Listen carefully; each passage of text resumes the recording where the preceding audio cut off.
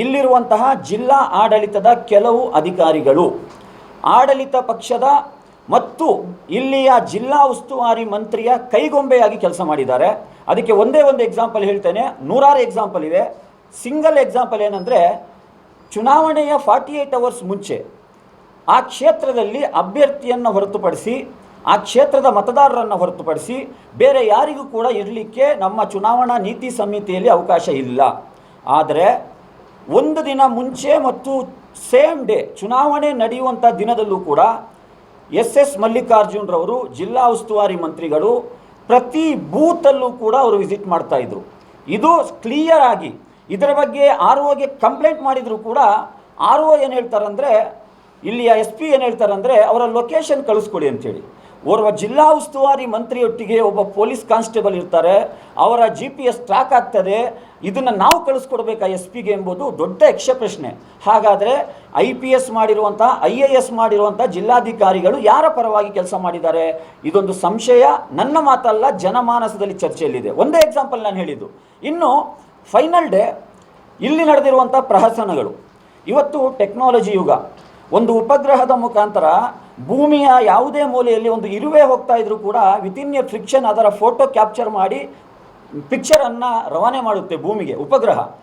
2 strong ರೂಮಿನ ಕೀಗಳು ಕಾಣೆಯಾಗಿದೆ ಅಂತೇಳಿ, ಮೂರು ಸ್ಟ್ರಾಂಗ್ ರೂಮಿನ ಕೀಗಳು ಕಾಣೆಯಾಗಿದೆ ಅಂತೇಳಿ ಇವರು ಸಬೂಬು ಹೇಳ್ತಾರಲ್ಲ, ಇದು ಪ್ರಜಾಪ್ರಭುತ್ವದ ಅಣಕ.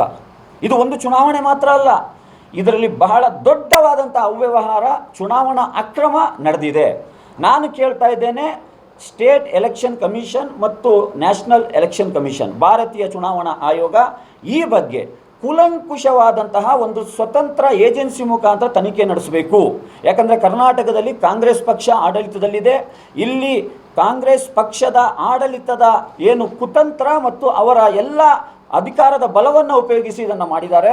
ಇದೊಂದು ದೊಡ್ಡ ವ್ಯವಹಾರ. ಒಂದು ವೇಳೆ ಕೀ ಕಳವಾಗಿದೆ ಅಂತ ಇಟ್ಕೊಳ್ಳುವ, ಏನು ಮಾಡಬೇಕಾಗಿತ್ತು ಇವರು? ಆ್ಯಸ್ ಪರ್ ಪ್ರೊಸೀಜರ್ ಕೌಂಟಿಂಗನ್ನು ಸ್ಟಾಪ್ ಮಾಡಬೇಕಾಗಿತ್ತು. ಆ ಕೀಯನ್ನು ಯಾರು ಕಳೆದಿದ್ದಾರೆ ಅವರ ಮೇಲೆ ಆ್ಯಕ್ಷನ್ ತಗೊಳ್ಬೇಕಾಗಿತ್ತು. ನಂತರ ಪಬ್ಲಿಕ್ ನೋಟಿಫಿಕೇಷನ್ ಜಾರಿ ಮಾಡಬೇಕಾಗಿತ್ತು. ಎಲ್ಲ ಅಭ್ಯರ್ಥಿಗಳನ್ನು ಕರಿಬೇಕಾಗಿತ್ತು. ಅವರ ಸಮ್ಮುಖದಲ್ಲಿ ಏನು ಮಾಡಬೇಕಂತ ತೀರ್ಮಾನ ಮಾಡಬೇಕಾಗಿತ್ತು. ಆ್ಯಸ್ ಪರ್ ಪ್ರಜಾಪ್ರಭುತ್ವದ ವ್ಯವಸ್ಥೆ. ಅದು ಯಾವುದನ್ನು ಮಾಡ್ದಲೇ ಲಾಕನ್ನು ಹೊಡೆಯುವಂಥ ಅಧಿಕಾರ ಯಾರು ಕೊಟ್ಟರು ಇವರಿಗೆ? ಇದೊಂದು ಯಕ್ಷ ಪ್ರಶ್ನೆ. ಓಕೆ, ಲಾಕ್ ಹೊಡೆದ್ರು, ಓಪನ್ ಆಯಿತು. ವಿಶೇಷವಾಗಿ ಭಾಷಾನಗರ್ ಮತ್ತು ಆಜಾದ್ ನಗರ್ ಅಲ್ಲಿರುವಂತಹ 2-3 EVMಗಳು ಅದು ಟೆಕ್ನಿಕಲ್ ಇಶ್ಯೂ ಅಂಥೇಳಿ ಪೆಂಡಿಂಗ್ ಬಿಫೋರ್ RO ಅಂತ ಇರ್ತಾರೆ. ನಾನಲ್ಲಿದ್ದೆ, ನಾನು ಇದ್ದೆ.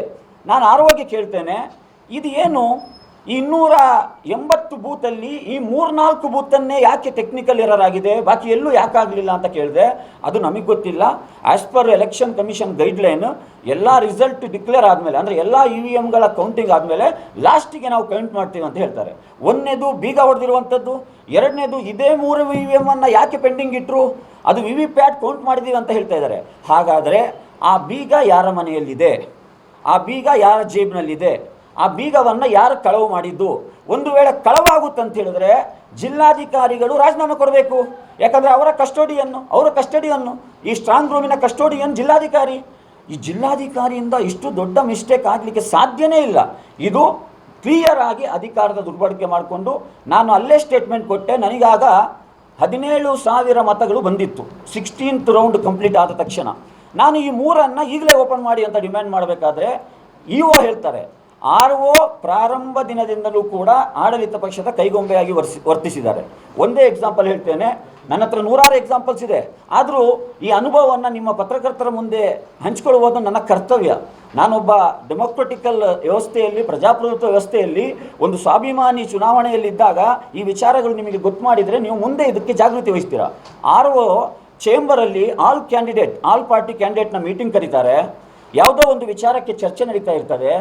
ಯಾರೋ ಒಬ್ಬ ನನ್ನ ಸಹೋದರ, ಅವನು ಕೂಡ ಒಂದು ಅಪೋನಿಯಂಟ್, ನನ್ನ ಪೊಲಿಟಿಕಲ್ ಅಪೋನಿಯಂಟ್, ಅವ್ರು ಏನೋ ಒಂದು ವಿಚಾರ ಕೇಳ್ತಾರೆ ROಗೆ, ಏಕವಚನದಲ್ಲಿ ಮಾತಾಡ್ತಾರೆ. ಯಾರು ಸರ್ ರಿಟರ್ನಿಂಗ್ ಆಫೀಸರ್ ಅಂತ ಹೇಳಿದ್ರೆ, ಏನು ಆಕಾಶದಿಂದ ಇಳಿದು ಬಂದಿದ್ದಾರೆ ಇವರು? ನಮ್ಮ ಪಬ್ಲಿಕ್ ಸರ್ವೆಂಟ್ ಅವರು, ಅವರಿಗೆ ಕೊಟ್ಟಿರುವಂಥ ಜವಾಬ್ದಾರಿ, ಯಾರು ಅಧಿಕಾರ ಕೊಟ್ಟು ಇವರು ಏಕವಚನದಲ್ಲಿ ಮಾತಾಡಲಿಕ್ಕೆ? ನಾನು ಅಲ್ಲೇ ಅಬ್ಜೆಕ್ಷನ್ ಮಾಡ್ತೇನೆ. ಆಗ ಅವ್ರು ಕೇಳ್ತಾರೆ, ಇಲ್ಲ ನಾನು ಏಕವಚನ ಮಾತಾಡಲಿಲ್ಲ. ನಾನು ಕನ್ನಡದ ಪಂಡಿತ. ಏಕವಚನ ಯಾವುದು ಬಹುವಚನ ಯಾವುದು ನನಗೂ ಕೂಡ ಏಕವಚನ ಮಾತಾಡ್ಲಿಕ್ಕೆ ಬರ್ತದೆ. ನಾನು ಕೂಡ ನಿಮಗೆ ಏಕವಚನದಲ್ಲಿ ಮಾತಾಡಿದರೆ ನಿಮ್ಮ ರೆಸ್ಪೆಕ್ಟ್ ಏನಿರ್ತದೆ, ನಿಮ್ಮ ಸ್ಥಾನಕ್ಕೆ ಬೆಲೆ ಏನಿರ್ತದೆ ಅಂತ ಕೇಳಬೇಕಾದ್ರೆ ಕರೆಕ್ಷನ್ ಮಾಡ್ಕೊಳ್ತಾರೆ, ಆ ಫಿಕ್ಷನ್ಗೆ ಕರೆಕ್ಷನ್ ಮಾಡ್ಕೊಳ್ತಾರೆ. ಆದರೆ ಇಲ್ಲಿರುವಂತಹ ಈ ವ್ಯವಸ್ಥೆ ಏನಾಗಿದೆ ಅಂತ ಹೇಳಿದ್ರೆ, ಇಲ್ಲಿರುವಂಥವ್ರು ಎಲ್ಲರನ್ನೂ ಇವರೇನು ಗುಲಾಮರು ಅಂತ ತಿಳ್ಕೊಂಡಿದ್ದಾರಾ? ಇದು ಪ್ರಜಾಪ್ರಭುತ್ವ. ಇಲ್ಲಿ ಪ್ರಜೆಗಳಿಗಿರುವಂಥ ಹಕ್ಕು ಬೇರೆ ಯಾರಿಗೂ ಇಲ್ಲ. ಅವನು MLA ಆಗಿರಲಿ, DC ಆಗಿರಲಿ, SP ಆಗಿರಲಿ, ಇವರಿಗೆಲ್ಲ ಸರ್ಕಾರದ ಖಜಾನೆಯಿಂದ ಸಂಬಳ ಕೊಡ್ತಾರೆ. ಅವರು ಸರ್ವೆಂಟ್ಸ್, ನಮ್ಮ ಸೇವೆ ಮಾಡಲಿಕ್ಕಿರುವಂಥವ್ರು. ಪುಕ್ಷಟೇನವ್ರು ಬಂದು ಕೂತಿಲ್ಲ DC ಆಗಿ RO ಆಗಿ. ಈ ಒಂದು ಏನು ಮಾತನಾಡುವಂಥ ಒಂದು ಶೈಲಿ ಇದೆಯಲ್ಲ, ಇದು ಬಹಳ ನೋವು ತಂದಿದೆ ನನಗೆ. ಇದು RO ಇಂದ ಹಿಡಿದು EO, ಪಾಪ ಅವರಿಗೆ ಕನ್ನಡ ಬರಲ್ಲ. EO ಬಂದು ನನ್ನ ಹತ್ರ ಮಾತಾಡಿದರು ಆ ವಿಚಾರ ಆದಾಗ, ಕ್ಯಾ ಹುವಾ ಸಾಬ್ ಅಂತ. ನಾನು ಹೇಳಿದೆ, ಫಸ್ಟು ಇಂಥ ಚುನಾವಣೆಗಳು, ಹೈ ಪ್ರಿಯಾರಿಟಿ ಚುನಾವಣೆ ನಡಿಬೇಕಾದ್ರೆ ಕನ್ನಡ ಫ್ಲೂಯೆನ್ಸಿಯಾಗಿ ಮಾತನಾಡೋವನ್ನು EO ಮಾಡಬೇಕಾಗಿತ್ತು. ಇಲ್ಲಿ ದಾವಣಗೆರೆ ಅಂತ ಹೇಳಿದ್ರೆ ಇದು ಕರ್ನಾಟಕದ ಮಧ್ಯಭಾಗ. ನೀವು ಬಂದು ಇಂಗ್ಲೀಷಲ್ಲಿ ಮಾತಾಡ್ಕೊಂಡು ಹಿಂದಿಯಲ್ಲಿ ನನಗೆ ಬರ್ತದೆ, ಇಂಗ್ಲೀಷು ಬರ್ತದೆ, ಹಿಂದಿನೂ ಬರ್ತದೆ. ಅಲ್ಲಿರುವಂಥ ಬೇರೆಯವರು ಇದ್ದಾರೆ, ಹೇಗೆ ಅರ್ಥ ಮಾಡ್ಕೊಳ್ತಾರೆ ಅವರು? ಅವರಿಗೆ ಪಾಪ ಅನಿವಾರ್ಯ ಪಾಯಿಂಟ್ ಆಗಾಗಿತ್ತು. ಅವರಿಗೆ ನಾನು ಈ ವಿಚಾರ ಕನ್ವಿನ್ಸ್ ಮಾಡಿದೆ. ಅವ್ರ ಪರವಾಗಿ ನಾನು ಸಾರಿ ಕೇಳ್ತೇನೆ ಅಂತ ಹೇಳಿದ್ರು. ನೀವು ಸಾರಿ ಕೇಳೋ ಅವಶ್ಯಕತೆ ಇಲ್ಲ, ಅವ್ರನ್ನ ಕರೆಕ್ಟ್ ಮಾಡಿ. ಮುಂದೆಯೂ ಕೂಡ ಚುನಾವಣೆಗಳು ಬರ್ತದೆ, ಅವರು ಎಲ್ಲೇ ಡ್ಯೂಟಿಗೆ ಹೋಗಲಿ, ಸೌಜನ್ಯದಿಂದ ವರ್ತಿಸೋದು ಕಲಿಸಿ ಅಂತ ಹೇಳಿದೆ ನಾನು. ಅಂದರೆ ಈ ಟೋಟಲ್ ಹೋಲ್ ಚುನಾವಣೆಯಲ್ಲಿ ಇಂತಹ ಎಡವಟ್ಟುಗಳು ನಡೆದಿರುವಂಥದ್ದು ಇದೇನು ಅಚಾನಕ್ಕಾಗಿ ಅಲ್ಲ, ಗೊತ್ತಿಲ್ಲದಲ್ಲೇ ಮಾಡಿದ್ದಲ್ಲ. ಇದೆಲ್ಲವೂ ಕೂಡ ಇವರಿಗೆ ವೆಲ್ ಪ್ಲಾನ್ಡ್ ಆಗಿ ಯಾರೋ ಹಿಂದೆ ಮಾನಿಟ್ರ್ ಮಾಡ್ತಾಯಿದ್ರು ಎಂಬುದನ್ನು ಸೂಚಿಸ್ತದೆ. ಇನ್ನು ಕೊನೆಯದಾಗಿ ಈ ಚುನಾವಣೆಯಲ್ಲಿ ನನಗೆ ಸಿಕ್ಕಿರುವಂಥ ಮತಗಳ ವಿಚಾರದಲ್ಲಿ ಬಹಳಷ್ಟು ಚರ್ಚೆಗಳು ಆಗ್ತಾ ಇದೆ, ಮಾಧ್ಯಮದಲ್ಲೂ ಆಗ್ತಾ ಇದೆ, ಜನಮಾನಸದಲ್ಲೂ ಆಗ್ತಾ ಇದೆ. ಏನಪ್ಪ ಆಗ್ತಾ ಇದೆ ಅಂತ ಹೇಳಿದ್ರೆ, ಆಲ್ ಆಫ್ ಎ ಸಡನ್ ಬಂದು ಎಲ್ಲೋ ಕೊಡ್ಲಿಪೇಟೆಯಿಂದ ಬಂದು ಇವರು ಇಷ್ಟು ಮತ ಪಡ್ಕೊಂಡಿದ್ದಾರೆ, ಇನ್ನು ಕೊಡ್ಲಿಪೇಟೆಗೆ ಹೋಗ್ತಾರೆ ಇವರು ಅಂತೇಳಿ ನಾನು ತೀರ್ಮಾನ ಮಾಡಿ ಆಗಿದೆ. ನಾನೊಬ್ಬ ಹುಟ್ಟು ಹೋರಾಟಗಾರ. ನನ್ನ ಹೋರಾಟದ ಇನ್ನೊಂದು ಅನುಭವ ಇದು ಚುನಾವಣೆ, ನನ್ನ ಚೊಚ್ಚಲ ಚುನಾವಣೆ. ಈ 18,975 ಮತಗಳಲ್ಲ, 975 ಫ್ಯಾಮಿಲಿಗಳು ನನಗೆ ಬೆಂಬಲಿಸಿದ್ದಾರೆ. ಇವರಿಗೆ ನಾನು ಚಿರಋಣಿಯಾಗಿರ್ತೇನೆ.